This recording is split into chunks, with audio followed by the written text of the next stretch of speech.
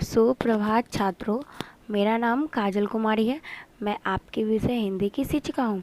तो आज हम लोग पढ़ेंगे ए की मात्रा। ये है ए की मात्रा का हम आज अभ्यास पढ़ेंगे, ठीक है। तो चलिए देखते हैं। चित्र देखकर ए की मात्रा लगाओ, मतलब ये मात्रा इन चित्रों को देखकर इन शब्दों में लगाने हैं। तो कैसे लगाएंगे? ये है थैला, तो थ एकार थ, ल अकार ला, थैला। लग गया नहीं? ये है पैर, पैर, बैल, बैल, सैनिक, सैनिक। अब अगला देखते हैं क्या है। ए की मात्रा वाले शब्दों पर गोला लगाओ। जिसमें ये मात्रा रहे उसे हम गोल कर देंगे। च एकार चैन, चैन, तो इसमें गोल लगा दिए। शेर, शेर, तो इसमें एक ही मात्रा, ये नहीं होगा। पेड़, पेड़, तो इसमें एक ही मात्रा, नहीं होगा। प एकार पै से, तो इसमें पै में लगा हुआ है तो इसको गोल कर दिए। मैदान, तो इसमें भी दो लगा हुआ है तो इसमें गोल कर दिए। देर नहीं है। मैना, दो गो लगा हुआ है तो इसमें होगा। खेल नहीं होगा। बेटा नहीं होगा। सैर, तो इसमें भी गोल कर दिए। अब अगला देखते हैं, समझ गए आप लोग। ए या ए की मात्रा लगाकर शब्द पूरे करो, मतलब दोनों मात्राओं लगाने हैं। एक ये मात्रा और एक ये, दोनों इन शब्दों में लगाने हैं। तो सेब, सेब में एक ही मात्रा होता है, मतलब से एकार से, अब सेब। मैना, मैना में दो मात्रा लगती है। मैं अन करना, मैना। केला में एक मात्रा, कैला तो नहीं हो जाएगा दो मात्रा से, तो केला होगा। ये है पैसा, तो प एकार पै, अकार सा, पैसा। पैर, पैर में भी दो मात्राएं लगते हैं। सपेरा, सपेरा में प के ऊपर मात्रा लगती है, वो भी एक, ठीक है। अब हम लोग अगले पृष्ठ में चलते हैं। क्या है? ए और ए की मात्रा वाले शब्दों को छाट कर अलग अलग लिखो।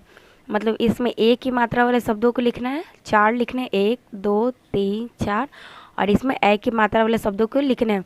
जिसमें एक लगा हुआ हो तो उसमें ये इसमें लिखेंगे, और जिसमें दो मात्रा लगे हो तो इसमें लिखेंगे। केला, तो केला किस में लिखाएगा? एक ही मात्रा में, क्योंकि इसमें एक ही एकार लगे हुए हैं। पैसा, तो पैसा दो है तो इसमें लगेंगे। नैनीताल, नैनीताल भी इसमें लगेंगी। सहेली, तो इसमें एक ही मात्रा लगा हुआ है, एक ही, तो सहेली। मैदान, तो इसमें लगे हुए हैं मैदान। देश, तो इसमें होंगे देश। भैया, तो इसमें होगी ए कार की मात्रा में भैया। मेला। हो गया हमारा वर्क कंप्लीट। अब अगला देखते हैं। चित्र देखकर वाक्य पूरे करो, वाक्यों को पढ़ो।